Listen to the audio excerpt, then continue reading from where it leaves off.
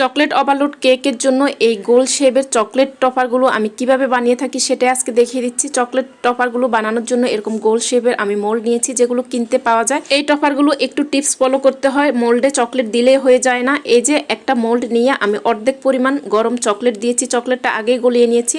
আর এখন দুই পাশের ঢাকনা লাগিয়ে এভাবে ঘুরিয়ে পুরাটা লাগিয়ে নিচ্ছি। এখন আমি ডিপ ফ্রিজে রেখে দিব 1 থেকে 2 মিনিটের জন্য। এভাবে করে প্রত্যেকটা মোল্ডে নিয়ে নিচ্ছি। অবশ্যই মোল্ডে চকলেটের পরিমাণ অর্ধেকের মতো দিতে হবে, না হলে কিন্তু বের করার সময় ফেটে যাবে।